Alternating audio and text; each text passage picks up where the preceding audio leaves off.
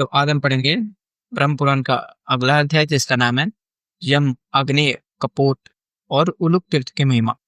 ब्रह्मा जी कहते हैं यम तीर्थ पितरों को प्रसन्नता को बढ़ाने वाला है।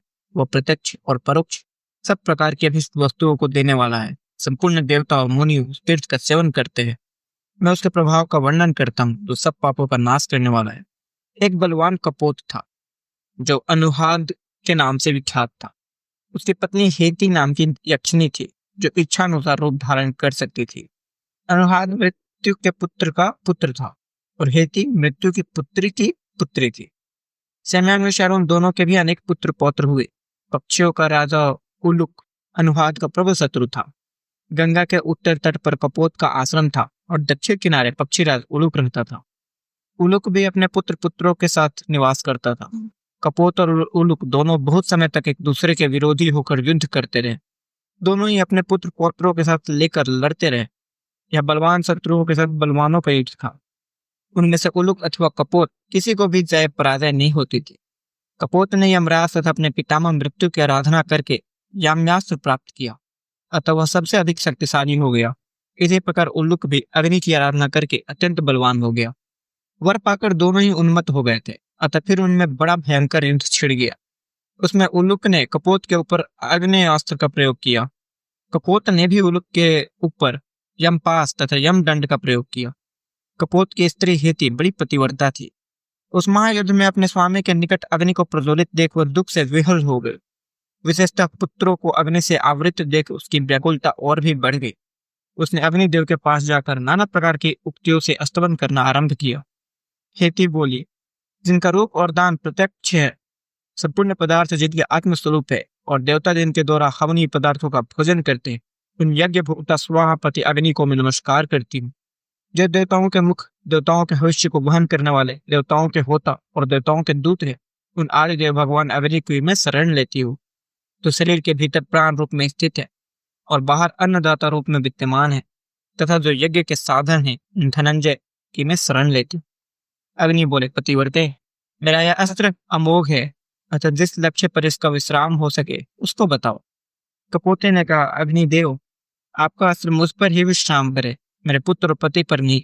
मुझे मारकर आप सत्यवादी हो, आपको नमस्कार है। अग्निदेव ने कहा, पतिव्रते, तुम्हारे सुवचन और पति भक्ति से मैं बहुत संतुष्ट हूँ। तुम्हारे स्वामी और पुत्रों का अनिष्ट नहीं होगा। मैं उनकी रक्षा का वचन देता हूँ। यह मेरा आग्नेयास्त्र तुम्हारे पति को, पुत्रों को तथा तुमको भी नहीं जलाएगा, अतः तुम सुखपूर्वक लौट जाओ।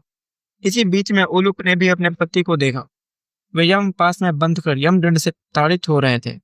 सती साध्वी उलुक की यह देखकर बहुत दुखी हुई और भय से व्याकुल हुई यमराज के पास गई। उलुकी बोली, देव, मनुष्य आपसे भयभीत होकर भागते हैं, आपसे डर कर ब्रह्मचर्य का पालन करते हैं, आपके ही भय से धीर पुरुष उत्तम बर्ताव करते हैं और आपके ही डर से कर्मों के अनुष्ठान में लगते हैं। आपसे भय पाकर लोग उपवास करते और गांव छोड़कर वन में जाते हैं। आपके ही डर से सौम्य भाव ग्रहण करते और आपके ही भय से सोमपान करते। आपसे भयभीत पुरुष ही अन्नदान और योगोदान में प्रवृत्त होते हैं और आपसे ही डरकर ही मोक्ष ब्रह्मवादी की चर्चा करते हैं। इस प्रकार स्तुति करते हुए उल्की से दक्षिण दिशा के स्वामी यमराज ने कहा, तुम्हारा कल्याण हो, तुम वर मांगो, मैं तुम्हें मन के अनुकूल वर दूंगा। यमराज की यह बात सुनकर पतिव्रता उल्की ने उनसे कहा, सुश्रेष्ठ, मेरे स्वामी आपके पास में बंधे हैं और आपके ही दंड से पीड़ित हो रहे हैं। आप उससे मेरे पति और पुत्रों की रक्षा करें। उसकी यह कातर वाणी सुनकर यमराज को बड़ी दया आई। उन्होंने बार बार कहा, सुनकी, मेरे ये पास और दंड किस पर पड़े, उनके लिए स्थान बताओ। उसने कहा, जगदीश्वर, आपके पास मुझे ही बांधे और आपका दंड भी मुझ पर ही पड़े। यमराज ने कहा, सुधे, तुम्हारे पुत्र, पति और तुम सब लोग निश्चिंत होकर जीवन व्यतीत करो।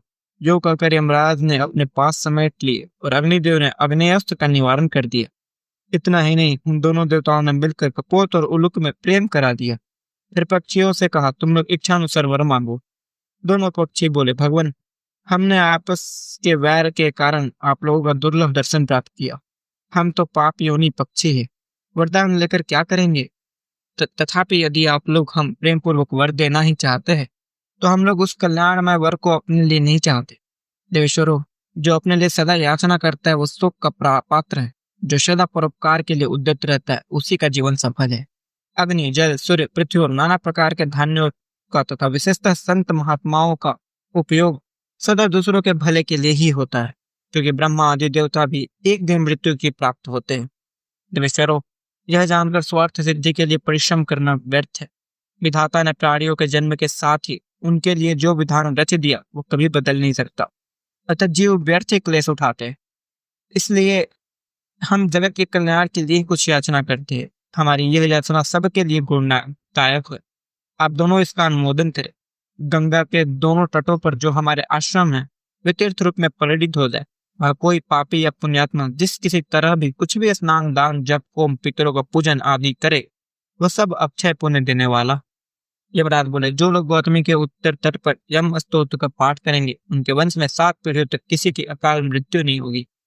वे पुरुष सदा सब प्रकार की संपत्तियों के भागी होंगे। जो जीवात्मा पुरुष प्रतिदिन इस स्तोत्र का पाठ करेगा, वो 88,000 व्याधियों से कभी पीड़ित न होगा। इस तीर्थ में 3 मास तक स्नान करने से सती साध्वी स्त्री गर्भवती होगी। बंध्या भी 6 महीने तक स्नान करने से गर्भवती होगी। गर्भवती स्त्री 1 सप्ताह स्नान करे तो वह वीर पुत्र की जननी होगी, और उसका पुत्र भी 100 पूर्व वर्ष की आयु वाला, धनवान, बुद्धिमान, सुरवीर तथा पुत्र पौत्रों का विस्तार करने वाला होगा। इस तीर्थ में पिंड आदि देने से पितरों की मुक्ति हो जाएगी। कोई भी मनुष्य इसमें स्नान करने से मन, वाणी तथा शरीर जन्य पाप से मुक्त हो जाएगा। अग्निदेव ने कहा, जो लोग नियम पूर्वक रहते हुए दक्षिण तट पर मेरे स्तोत्र का पाठ करेंगे, उन्हें मैं आयु, आरोग्य, ऐश्वर्य, लक्ष्मी तथा रूप प्रदान करूंगा। जो कोई मानव कहीं भी इस स्तोत्र का पाठ करेगा अथवा लिख कर भी इसे घर में रख देगा, उसको तथा उसके घर को कभी भी अग्नि से भय न होगा। जो मनुष्य पवित्र होकर अग्नि तीर्थ में स्नान और दान करेगा, उसे निश्चय ही अग्निष्टोम यज्ञ का फल मिलेगा। तब से वह तीर्थ याम्य तीर्थ, अग्नेय तीर्थ, कपोत तीर्थ, उलुक तीर्थ और हेलुक तीर्थ के नाम से विद्वानों में प्रसिद्ध हुआ। वह 3,390 तीर्थ है, और उनमें से प्रत्येक तीर्थ मोक्ष देने वाला है। उन तीर्थों में स्नान करने से मनुष्य पवित्र होते, पुत्र और धन पाते तथा अंत में स्वर्ग लोक को जाते हैं। बोले